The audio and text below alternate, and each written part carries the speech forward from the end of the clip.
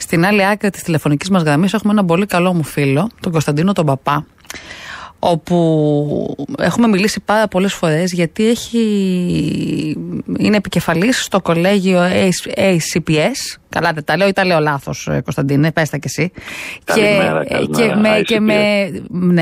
Και με εξαιρετική δράση στο κομμάτι της ψυχολογίας. Νομίζω ότι είσαστε ηγετική δύναμη. Δηλαδή δεν νομίζω ότι υπάρχει άλλου τέτοιου είδους κολέγιο που να έχει τόσο πολύ εξειδικευμένες σπουδές για την ψυχολογία. Με όσους έχω μιλήσει και έχουν ασχοληθεί με την ψυχολογία, σας θεωρούν το τοτέμ, να ξέρετε. Αυτό να τα πω κι αυτά εγώ, μου επιτρέπεις. Εγώ τα λέω. Και τα λέω από ρεπορτάζ. Δεν τα λέω με άλλο τρόπο. Μιλάμε όμως με την ιδιότητά σου. Μιας και ουσιαστικά πες μου και την ιδιότητα ακριβώς για να μην την πω εγώ λάθος για τα ιδιωτικά κολέγια. Η Πανελλήνια Ένωση των Αναγνωρισμένων Κολέγιων, το οποίο έχω την τιμή να προεδρεύω, του ΔΣ, οπότε για το νομοσχέδιο μιλάμε μέσα κυρίως από αυτή την ιδιότητα της Πανελλήνιας Για Ένωσης. πες μας, πώς το βλέπετε εσείς αρχικά το νομοσχέδιο? Τώρα έχει βγει σε διαβούλευση πια, είμαστε πρώτων πυλών. Πώς το βλέπετε? Κοίταξε, είχαμε μιλήσει και πριν καιρό για το θέμα. Περιμέναμε να δούμε τι θα βγάλει το Υπουργείο Παιδείας. Αν και η γενική ιδέα είναι, όπως έχουμε ξαναπεί, στη σωστή κατεύθυνση, δυστυχώς φοβάμαι ότι η βιασύνη του Υπουργείου και, πώς να το πω τώρα, η εμπλοκή διαφόρων παραγόντων στο θέμα έχει οδηγήσει το εγχείρημα σε σκοτεινές ατροπούς. Όπως ακριβώς φοβόμασταν και το είχα τονίσει και στη συνάδελφό σου τη Μαρία την Νικόλτσου από το περασμένο καλοκαίρι. Δεν πρόκειται να δούμε κανένα Yale και κανένα Princeton στην Ελλάδα. Ή ακόμα και αν δούμε κάποιο, όπως η περίπτωση του Κολούμπια, θα είναι για μικρά προγράμματα καλοκαιριού, τα λεγόμενα summer schools. Και σίγουρα όχι πλήρη παρουσία. Μήπως είναι η αρχή αυτό όμως? Δηλαδή μήπως ξεκινάνε έτσι και στην πορεία μετά μπουν και πιο ενεργά στη χώρα μας? Η εξέλιξη μας δείχνει ποια είναι η κατεύθυνση που παίρνει όλο αυτό. Διότι τα μεγάλα ιδρύματα του εξωτερικού, αν δεν έχουν μια καθαρή λύση και στρατηγική λογική για το μέλλον, δεν μπορούν να έρθουν και να κάνουν επενδύσεις. Δυστυχώς το μόνο που θα δούμε να έρχεται, και το βλέπουμε ήδη να εξελίσσεται αυτό και να εγκαθίσταται, είναι κολέγια και ιδιωτικά πανεπιστήμια όμορων κρατών όπως της Κύπρου και ακόμα χειρότερα της Τουρκίας και της Αλβανίας. Λυπάμαι που το λέω, αλλά υποβάλαμε πολύ συγκεκριμένες προτάσεις στο Υπουργείο και επέλεξε να κοφεύσει. Τι γίνεται λοιπόν από εδώ και πέρα? Εσείς έχετε υποβάλει τις προτάσεις σας και δεν ακούστηκαν. Τι θα μπορούσε να έχει γίνει διαφορετικό?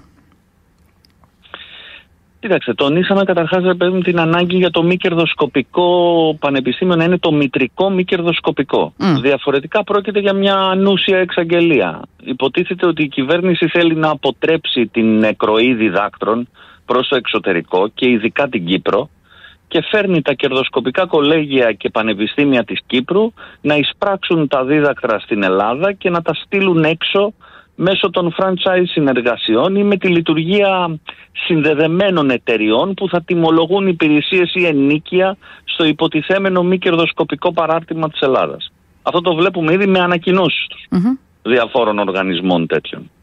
Τονίσαμε επίσης την απόλυτη ανάγκη να υφίσταται το πανεπιστήμιο στο εξωτερικό και να μην είναι ένα ανύπαρκτο πανεπιστήμιο φάντασμα. Ένα γραφείο δηλαδή που απλά φέρει μια πιστοποίηση. Να δώσω ένα παράδειγμα και είναι της τελευταίας στιγμής πληροφορία έτσι για τους ακροατές. Ετοιμάζεται να έρθει στην Ελλάδα πανεπιστήμιο μιας όμορης χώρας που έλαβε άδεια λειτουργίας μόλις άκουσαν το 2023. Επί της ουσίας δηλαδή δεν έχει λειτουργήσει ποτέ ως πανεπιστήμιο.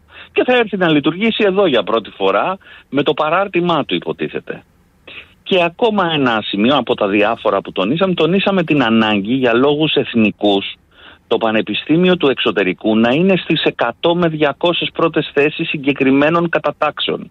Καθώς αυτό από τη μία θα απέκλειε εθνικούς κινδύνους, ενώ από την άλλη θα έδινε κάποια πιθανότητα να επιτευχθεί το υποτιθέμενο αρχικό σχέδιο του κυρίου Πρωθυπουργού για να γίνει η Ελλάδα κέντρο προσέλκυσης αλλοδαπών φοιτητών. Εδώ, εσάς εκεί είναι. Πιστεύετε ότι δεν πρόκειται να λειτουργήσει λοιπόν το συγκεκριμένο νομοσχέδιο σαν προσπάθεια προσέλκυσης αλλοδαπών φοιτητών? Γιατί το έχουμε δει. Έχουμε δει ακόμα και δικά μας παιδιά να φεύγουν να πηγαίνουν και στην Κύπρο, όπως είπες και εσύ νωρίτερα, για να σπουδάσουν. Εδώ αυτό πιστεύεις ότι δεν θα συμβεί? τώρα περιμέναμε να δούμε κάποια πράγματα σε αυτό το νομοσχέδιο.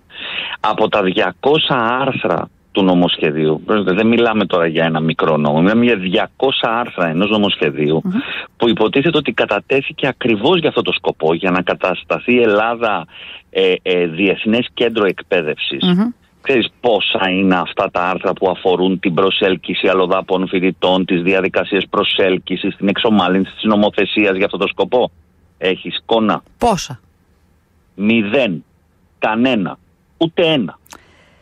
Δεν υπάρχει στο νομοσχέδιο. Κάποιος ο οποίος μας ακούει μπορεί να σκεφτεί ότι εσείς είστε αντίθετοι, γιατί μπορεί να νιώθετε ότι με αυτόν τον τρόπο θα υποβιβαστεί η δική σας η δουλειά και η θέση σαν ιδιωτικά κολέγια. Εδώ τι θα το απαντούσες πάνω σε αυτό? Καθόλου. Το έχουμε ήδη απαντήσει την προηγούμενη φορά που συζητήσαμε. Ναι, αλλά μου το ρωτάνε γι' αυτό.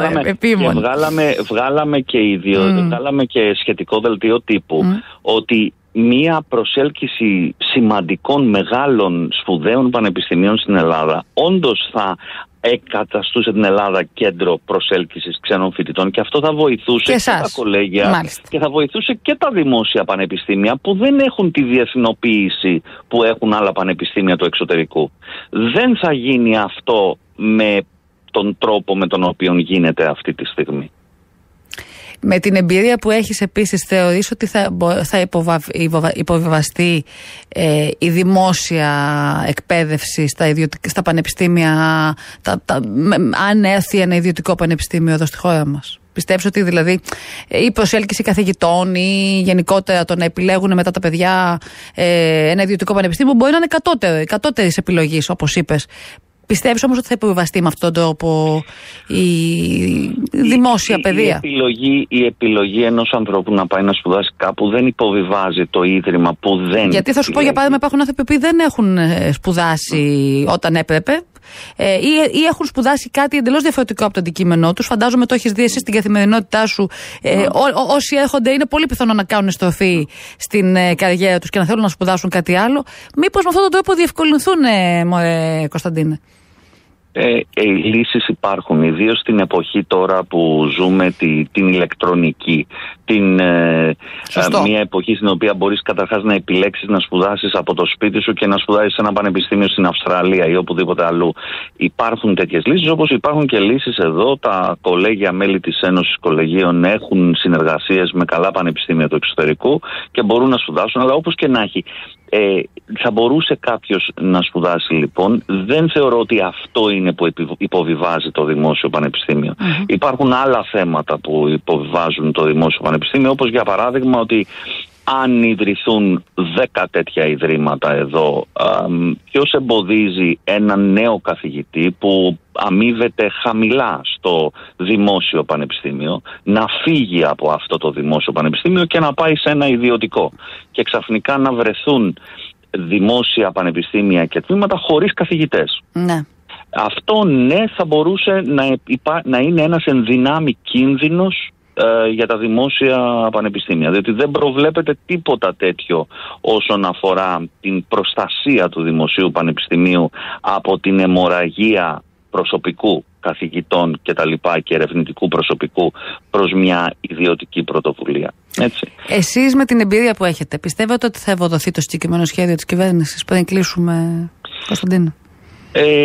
Είναι λίγο δύσκολη η ερώτηση, με την έννοια ότι η κυβέρνηση δείχνει αυτή τη στιγμή να έχει παγιδευτεί μεταξύ των εξαγγελιών του καλοκαιριού περί άρθρου 28 και διακρατικών συμφωνιών, τα οποία αυτή τη στιγμή έχουν θαυτεί καθώς ήταν νομικά έολα, και μιας ανάγκης να προωθήσει μια μεταρρυθμιστική ατζέντα. Το θέμα εδώ το οποίο τίθεται, αν θα ευοδοθεί το σχέδιο ή όχι, είναι ότι με τα ζητήματα αντισυνταγματικότητας τα οποία τίθενται από ανεξάρτητους συνταγματολόγους, θα επικρέμεται διαρκώς, μέχρι να λυθεί νομικά οριστικά το ζήτημα, μία αμφιβολία και μία ανησυχία επί του όλου εγχειρήματος. Ποιος θα πάει να δώσει δίδακτρα ή θα έρθει να επενδύσει εδώ σε ένα ίδρυμα που δεν γνωρίζει αν μεθαύριο κρυθεί παράνομη η λειτουργία του και ανακληθεί άμεσα η άδειά του, καθώς η ίδια του ύπαρξη ενδεχομένως θα κρυθεί ότι παραβιάζει το Σύνταγμα. Δηλαδή, ποιος ο λόγος για μια τέτοια βιασύνη όταν σε 7 μήνες, 8 μήνες ξεκινάει η διαδικασία της συνταγματικής αναθεώρησης? Αυτό είναι ένα ερώτημα το οποίο δεν έχει απαντηθεί. Μάλιστα. Εδώ θα είμαστε, θα το παρακολουθούμε, το ξέρετε, και κάθε σκέψη παίζει πάρα πολύ σημαντικό ρόλο, ειδικά όταν είναι και από ανθρώπους που είναι μέσα στην αγορά και κάνουν, όπως σου είπα, και επιτυχημένα τη δουλειά τους. Θα το παρακολουθούμε και πάντα υπάρχει ανοιχτή γραμμή επικοινωνίας, να το ξέρετε, κύριε παπά μας αγαπημένο. Έχουμε να πούμε και θέματα ψυχολογικά το επόμενο διάστημα. Τα αφήσαμε, τα ξεχάσαμε αυτά. Έχουμε πολλά να πούμε. Να είμαστε καλά, την καλημέρα μας. Πιέζει πολύ η ακρίβεια και ο κόσμος χρειάζεται στήριξη. Ναι. Και οι ψυχολόγοι είναι εκεί για να στηρίξουν τους ανθρώπους. Έχετε δίκιο και είναι πολύ δύσκολο να σας πω τι συζήταγα χθες που βρέθηκα σε μια πολύ ωραία εκδήλωση εδώ στην Κηφισιά. Δεν έχει πια ο κόσμος τη δυνατότητα να μιλήσει στους δικούς του ανθρώπους. Αυτό που λέγαμε παλαιότερα, ότι ανοίγω την καρδιά μου σε ένα φίλο, είναι πολύ σημαντικό να μπορεί να απευθυνθεί σε έναν ειδικό, σε έναν επιστήμονα, ο οποίος θα του μιλήσει αντικειμενικά, δεν θα έχει δεύτερες σκέψεις και θα μπορέσει πραγματικά να αφαιθεί. Είναι ιερό το επάγγελμά σας. Και δεν ξέρω κι εσείς οι ίδιοι αν έχετε καταλάβει πόσο ιερό είναι σε όλους εμάς που το αντιλαμβανόμαστε και το βλέπουμε στην καθημερινότητα με όλες τις δυσκολίες αυτές, κύριε Παπά. Είναι όντως έτσι, και αυτό που προσπαθούμε να περάσουμε σε έναν νέο επιστήμονα που ετοιμάζεται να βγει στον στίβο της εργασίας είναι ακριβώς αυτή η σπουδαιότητα του επαγγέλματος, που είναι, θα το χαρακτήριζα, σχεδόν λειτουργήμα, και αυτή η σοβαρότητα την οποία πρέπει να χαρακτηρίζει κάθε επαγγελματία του χώρου. Μάλιστα. Ευχαριστούμε πάρα πολύ, την καλημέρα μας. Να είστε καλά. Καλημέρα. Καλή συνέχεια.